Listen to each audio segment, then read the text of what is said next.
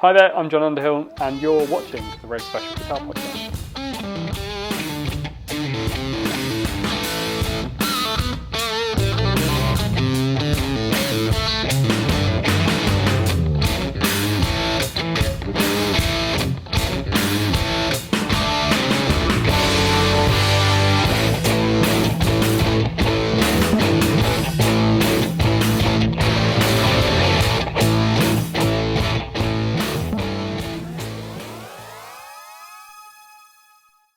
In today's episode of the podcast, we are going to be taking a look at video 3 of 5 of the Red Special Meetup earlier from 2021 in Reading in Thiel.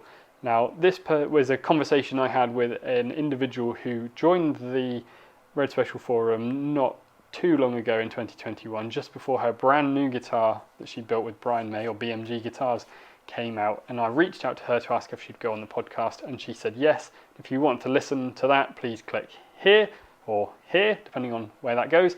And since then, we've stayed in touch. I badgered her enough for her to come to the meetup in Thiel in Reading. She was free and able to come, and she agreed to come along and talk about her BMG guitar, two-tone, and then talked all about her experience working with BMG. So sit back and relax and go and watch that now.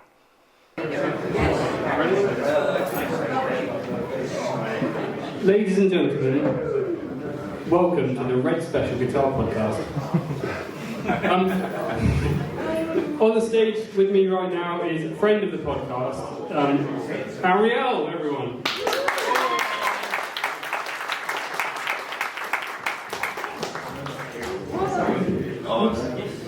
Knocking down the whole kit here. Thank you for coming. Thanks for having me. So I thought, last time I spoke to you for the podcast, we were just about, does everyone know who Arielle is to start with? Yeah. No. Good. My mother. That's explained. Sorry. So, do I need to explain? They just found me outside. Yeah. Arielle is an amazing artist. She is a very good guitar player, singer, songwriter, lovely human being, is graciously given up her time to come and be with us today. Arielle's story is very similar to a lot of ours in that she fell in love with Brian May. Arielle went on to build her own guitar, which she's brought with her, two-tone, and that has gone on to be her #1 guitar throughout her career, and still uses it today. And she's with us, so that's really quite something special. But when we spoke on the podcast last time, Arielle, you were just about to release the BMG Aerial guitar. Yeah, so it came out, I think, the end of March this year. Yeah, it was something that I wanted to do, was just have my own version of my guitar.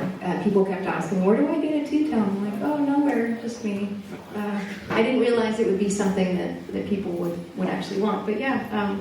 So yeah, the story behind two-tone was just like you guys, everyone here. I was 6 years old and wanted to play guitar after I saw a video of Brian May and Queen, and most people were looking at Freddie Mercury, and little me was like, whoa, what is that? And so I didn't get a guitar until I was 10, but anyway, when I was 16, I built my guitar because I was inspired by Brian, and also because I had these 5 guitars that I wanted in one.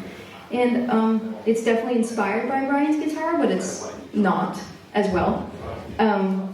So we became friends. What's that? Yeah, go ahead. Oh, okay.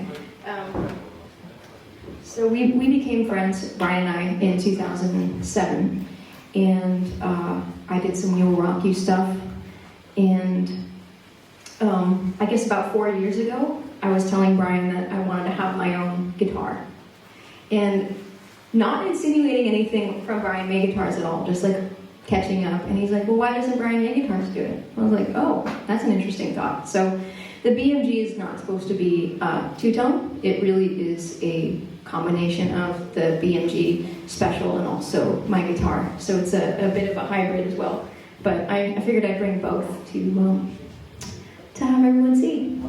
What's that? Which one do you want? Oh, we'll show the original one. can hold that one in your lap. So, what, do I just geek out on specs now? Yes, please. That's pretty much how. Okay. Yeah, that's pretty much how this goes. Perfect. So, two-tone, I'll just kind of do a few of the comparisons just so there's a reference when I'm talking about them. So, obviously there's the shape.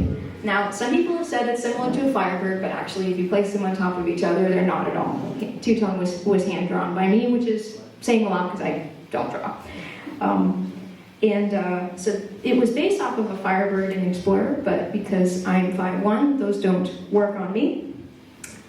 It is black limpa, or Karina, and I have this paint job. People ask why, and it's because just these two colors are my favorite, and I thought the diagonal thing would make it unique. The triangle just looks cool. This one does happen to have something under it. Thanks to Andy showing me. It's a long story, I'll tell you later, but there's a hole in there. It's a 25.5-inch scale length. I was putting together this guitar from 5 guitars I had, a Les Paul, which I got the blue from, as well as the ebony fingerboard. I had a Jag Master that had a really cool kind of Jeff Beck Fender bridge. And I really liked the Steinberger tuners and reverse headstock based off of a BC Rich Warlock that I had, or a Bernie Rico 1982. And then it's kind of a wider neck, and that was also based off of that BC Rich as well. It's a really kind of subtle C shape on the back, but pretty wide. And then obviously we have the Trisonic pickups with the pickup selector switches, except they're obviously flipped horizontally, and the way that they're wired is different, where the right section are the pickups and the left are the phase switches. Yeah, as mentioned, a Fender scale length. Now the BMG, I mentioned a little bit about what the experience was like working with Brian and the BMG team on this. It was many, many meetings, most of which Brian did show up for. And we had some disagreements on a lot of things, but that's okay. It was part of the experience. So the first thing that Brian wanted to make sure of was that it had a 24-inch scale length, like his guitar. That was his first thing before we even had a meeting. Was I'd like BMG guitars to do it, and I'd also like it to be 24-inch scale length. And I was like, why? That was my question. Why? He's like, well, my guitar sounds pretty good, don't you think? I was like, all right. I'm just gonna shut up now.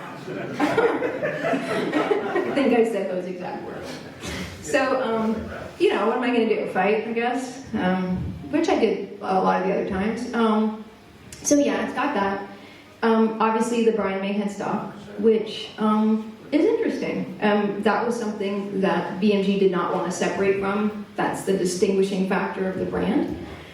But it's pretty cool that Brian's name and my name are together. That's very exciting. I'll always cherish that. We got locking Grover tuners, and over the pickups are wired like Brian's. Not mine. I had mine modded a bit, and it's got the straight 2-point Wilkinson bridge, and my body shape, as you can see from my prototype here. This is actually a prototype that I took on the road a couple years before we were done. We were experimenting with different colors of oranges, and trying to get this particular orange to be similar to two-tone, which is this questionable in between of red and orange, which I call burnt orange, because in the light it looks different. And of course, the distinguishing and very important factor of my guitar, the triangle, is missing. And that was a debate. Nobody liked the triangle, but then they liked the triangle after. So, you can buy triangles. You can buy triangles. Brian said, I don't want the triangle, and everyone said, I don't want the triangle, but then Brian said, I want the triangle. You even won on Bright TV, didn't you? Yes. He's like, where's my triangle? I'm like, what do you mean where's your triangle? You don't even want a triangle. Okay. So now he has a triangle too. Everyone's caught on the triangle bandwagon. You can buy those directly from your good self, couldn't you? Yeah, you yeah, you can, if you feel so inclined, you can get a triangle from me. And it's based off of the original triangle. You can't just make a triangle. It's asymmetrical and not authentic if you just draw a triangle and shove it on there. There's an art form. It's part of the process. It's a major part of the process. And you can't just put it on when you're looking down. You have to like hold it up and you're like, does it look cute? I don't know. Okay, yeah, it looks cute. I haven't put mine on yet because I've not learned that skill. Okay, it comes with a video of how to do it, and I have this whole conversation. I need to watch the video, I think, Yes. then put mine on. Yeah, but they've done really well. And again, some people say it's a signature. It's not, because this is my guitar, and when we have a guitar that replicates this perfectly, then that will be something to talk about. Now, that may or may not be happening.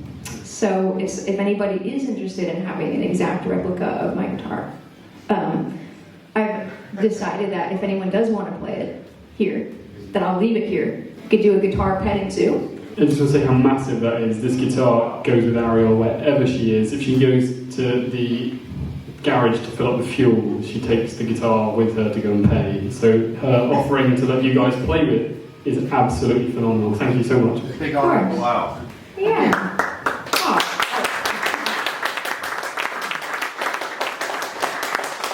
Very sweet. Yeah, it's. I think it's important to.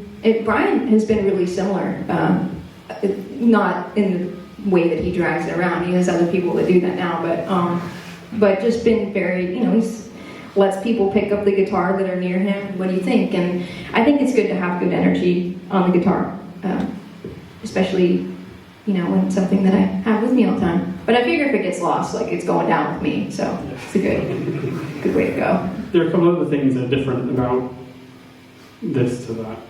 Yeah, so I've actually been lucky enough to work with Andy Geit and also Nigel in the back there. And a really interesting thing about this guitar is that it has kind of endless stories in it and what it is. One of the things that, I don't know if you're referring to something in particular, but one of the things that is different is it's got it's the Elitch dummy coil system. It's the back plate, or at least that's where a lot of the wirings are. And it allows the hum to go away. But what we found out,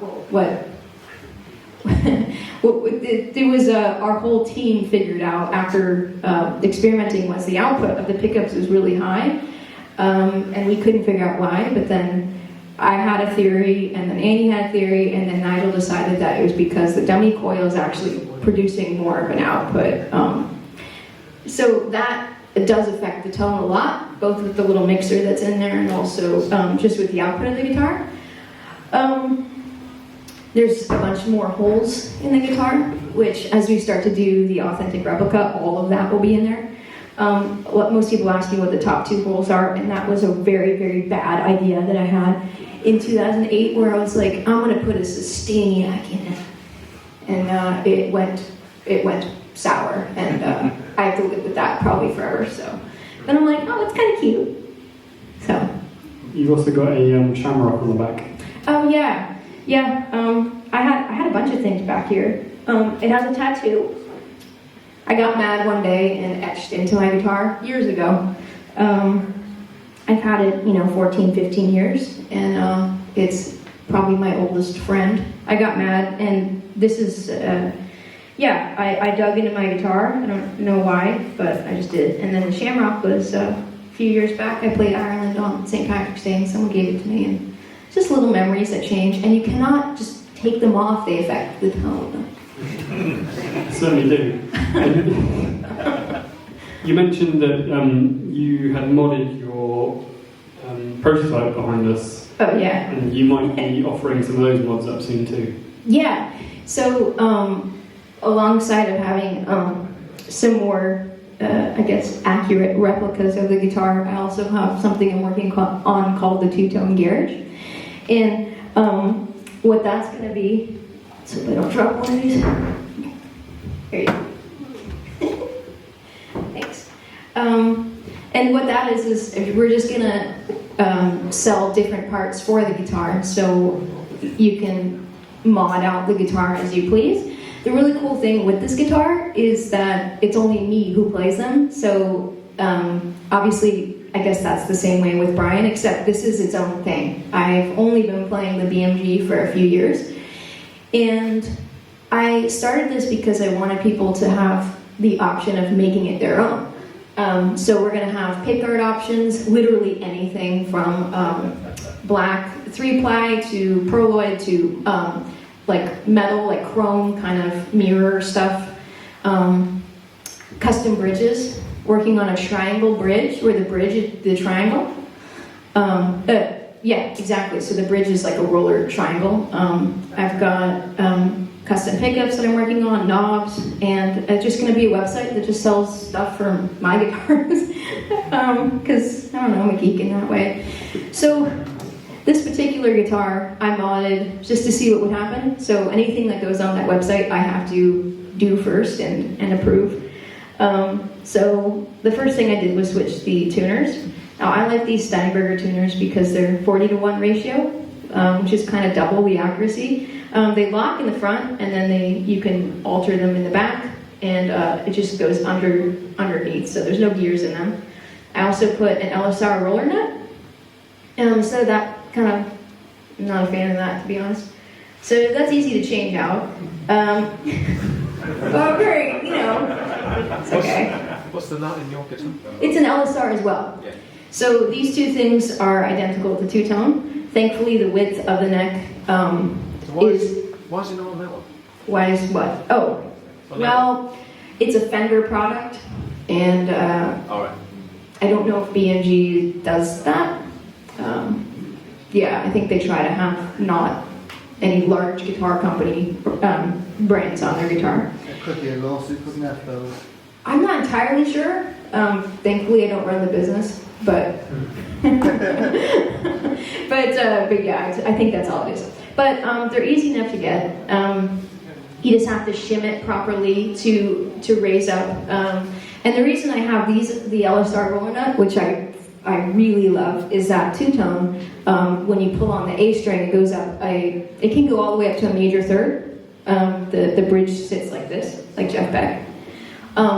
And you would think that there'd be massive tuning problems with it, but actually it is the most stable guitar I have, and I think part of it is the LXR roller nut as well as the bridge and the way I have it set up, and the tuners as well.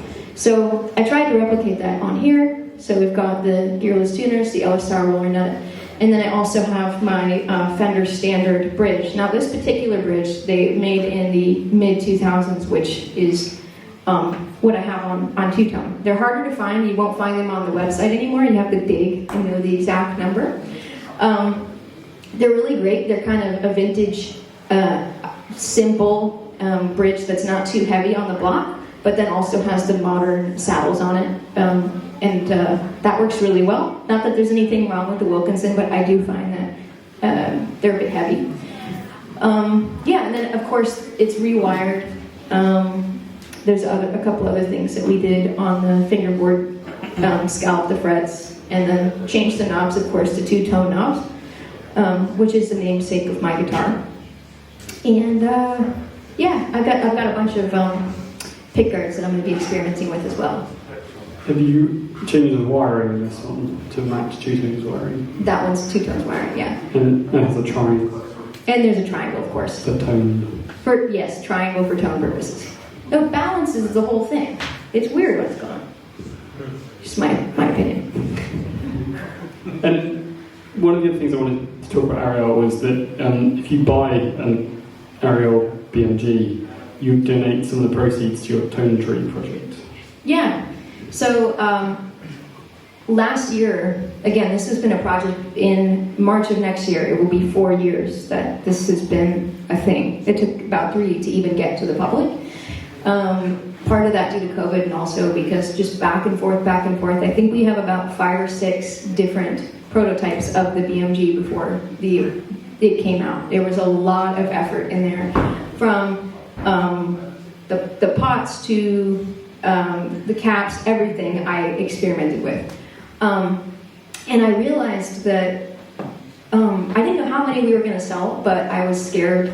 I was sad that we were cutting down trees, and it was going to be my fault, especially when I realized that these trees that we're cutting down are 100 plus years old when you're going to make a guitar.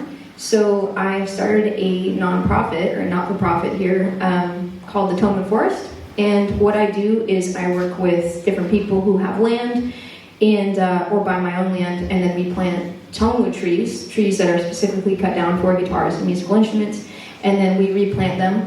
So it equates to about every tree that's cut down, we plant another 100 trees. Every guitar, there's probably 200 guitars in one tree. So yeah, that's the nonprofit. Right now we have land here in the UK. We're currently figuring out we're getting 14 acres in Nicaragua for Coco Bolo rosewood, and then we also have Cuban mahogany in Florida right now. And we're working on, I'd like to go to different parts of Ghana and get some ebony and limba as well, which is also there. And yeah, it's going to be a lifelong project, I think. Very awesome, though, you're giving back to the planet for taking something out of it. Thanks. Yeah, it's important. These are not limba, which this one's made of, but the ebony is endangered, and it's important to make sure it's sustainable. Using the resources is the problem. It's just not putting them back. Yeah. Thank you. And you're going on tour next year in the UK? Yeah. So yeah, I'm going on tour. 2 months in the US, February and March, and then April I am touring here, and I will of course have all my guitars. Nigel just worked up a humbucker version, which is really cool. So you can geek out on all the guitars I'll bring, and yeah, it'll be really fun. And am I right in thinking you're working on a new album at the moment as well, or about to? Yeah, a new album in December. And my goal with the album is always to see what I can do with one guitar. It's easy to just switch out guitars and try to get certain sounds, but the experiment that I like to do with my guitar is I can get almost anything. The only thing that I haven't been able to nail is like a Gibson on the bridge pickup, like a Les Paul or an SG. But it can come pretty close with the humbucker. So yeah, I like to use my one guitar mainly for recording. Be interesting to see, listen to that when it comes out and see how close you go. Yeah, we'll see. Has anyone got any questions for Arielle while we got here? What's a technique or a style that you can play but which you've not been able to use in a recording yet? A lot. Yeah. I'd say probably 3/4 of the songs that I write don't end up making it on the album. Really? And so much of that is just because I love the guitar, that I move into different styles from like chicken picking country stuff to jazz to I guess like, I don't know, what do they call it? Just crazy like southern stuff in the US. Anything where there's guitar I like to do, but it doesn't always fit into my songwriting. So I tend to like let it go live. But I'd say those particular things I normally don't put in my recordings. So if you could do like another brand or another version of yourself, what would that version be? Probably jazz. Yeah. I'd probably go and just be a jazzer. Yeah. Yeah. And I'd use two-tone, of course. What amps do you play with? Right now, I'm doing. It used to be an EC30 long ago, of course, and then when I started working with Eric Johnson. I was on the road with him for about 4 years, and he's got the 3-amp system where he uses different ones for clean, dirty, and lead. And so I do the 2-amp one where I have a clean and then like a lead rhythm amp.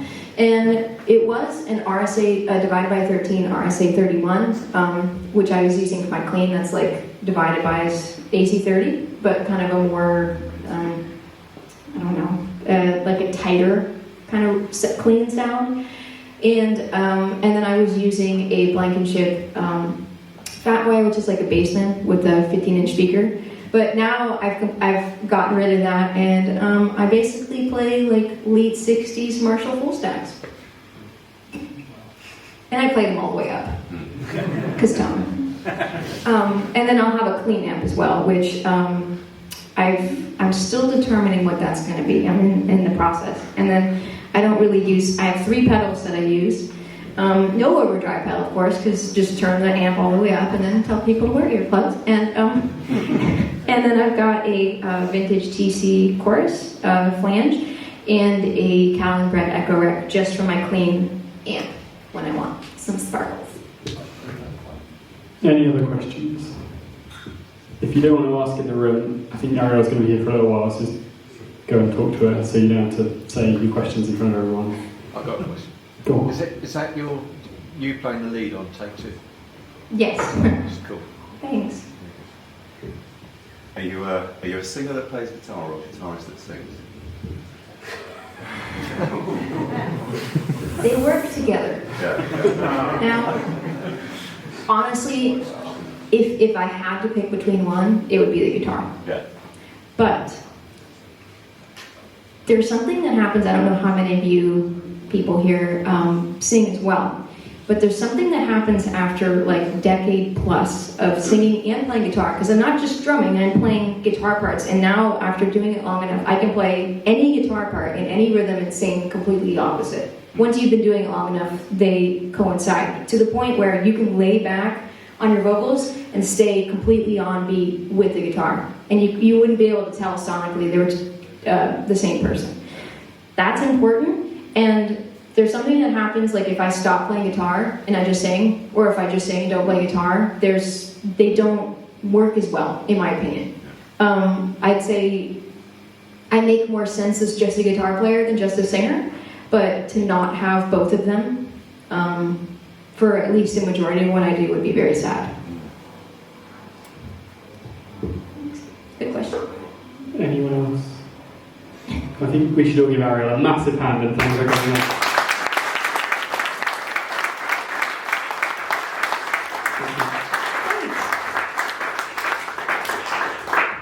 You can all get up and move around now, and then there'll be something else to do in a minute. And that was my conversation with Arielle, who then let everyone play two-tone in the room. And it's safe to say that everyone there not only came a Brian May fan, Red Special fan, but they all left an Arielle and two-tone fan too. And she made such a great impression on the day. She had so much time for everyone. It was really refreshing and lovely, absolutely wonderful human being that does so much good for the planet and guitars and just people in general. And she stayed for the rest of the day. She turned up in Magic the Bus, and she was with us until our evening meal, which she came to in the evening, and then off she went. And it was just great to spend some time with her. She, couldn't have done more for the people of the forum, and just so knowledgeable on wood and guitars and amplifiers and pickups and absolutely everything guitar related. She's just a font of knowledge. Thank you, Arielle, so much for coming. You made a special surprise for everyone. So I managed to keep it quiet that you were coming up until the day. And it was awesome. Thank you so much. It's been so much fun watching the video back whilst editing it, reminding myself of chatting to you on stage. Anyway, moving swiftly on. If you have enjoyed this and you feel like you would like to support the channel, then please make sure that you hit the little bell icon and subscribe to the channel so you know when content is posted. Also, please check us out on Facebook and Instagram, and go to redspecialguitarpodcast.com, where you can pick up some merch, much like this Red Special Guitar Podcast t-shirt I'm wearing. There are some other things available, like this Starlix jumper, Howard and Brian May t-shirt, and some other bits and pieces like mugs, wherever it is in there, and some other mugs and some other bits and pieces coming online soon. So please do check those out if you're interested. You can also sign up to be a patron. You can also now buy me a beer or a coffee or become a patron, and I will put links in the description box below so that you know where to go to help me with the channel and to help the channel grow. But I just want to say again, thank you to everyone who does support me, whether that's through a like, a subscribe, a comment, a private message, an email, a patron, buy me a coffee, or has bought merch. It is just unbelievable seeing you guys enjoying the things that I'm putting together for me, because it doesn't exist. And if you have any ideas or would like to help in any way, please do shout out so that I know who you are and can ask you for your advice and questions. there are some guitar reviews and bits and pieces coming soon, but until then, please keep an eye out for a special video coming out soon, and also the Red Special meetup drinks on Zoom late in December, so we can have a Merry Christmas to everyone. There's also some announcements coming out on the 2022 meetup really soon, and there's some really exciting things going on, and I hope that you all please do follow me on this journey of what has been a great old load of fun over the last 12 months. But yeah, there's some real cool stuff coming up, and I hope you guys are going to like it. But you stay safe, and I'll see you in the next one.